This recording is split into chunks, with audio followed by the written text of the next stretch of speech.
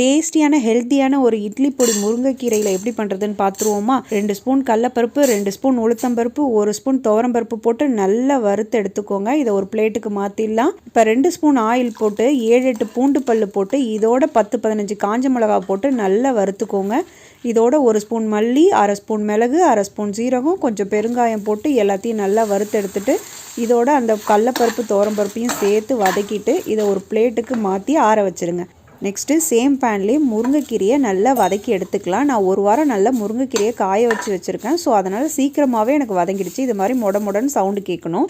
Next முருங்கைக்கீரையும் இதோடய சேர்த்து ஆற போட்டுடுங்க. இதோட கொஞ்சம் கல் உப்பு சேர்த்து நல்லா ஆறினதுக்கப்புறம் மிக்சியில் போட்டு எடுத்துட்டோன்னா சூப்பரான முருங்கைக்கீரை இட்லி பொடி ரெடி. இதை ரொம்ப நைஸாக அரைக்கக்கூடாது, லைட்டாக நொரன்னு இருந்தால் தான் ரொம்ப சூப்பராக இருக்கும். இது இட்லி தோசைக்கு மட்டும் இல்லை, சாதத்தோட நல்லெண்ணெய் போட்டு சாப்பிட்றதுக்கும் அட்டகாசமாக இருக்கும். இதை கண்டிப்பாக உங்கள் வீட்டில் ட்ரை பண்ணி பார்த்துட்டு எப்படி இருந்துச்சுன்னு கமெண்ட்ஸ் பண்ணுங்கள். பாய்.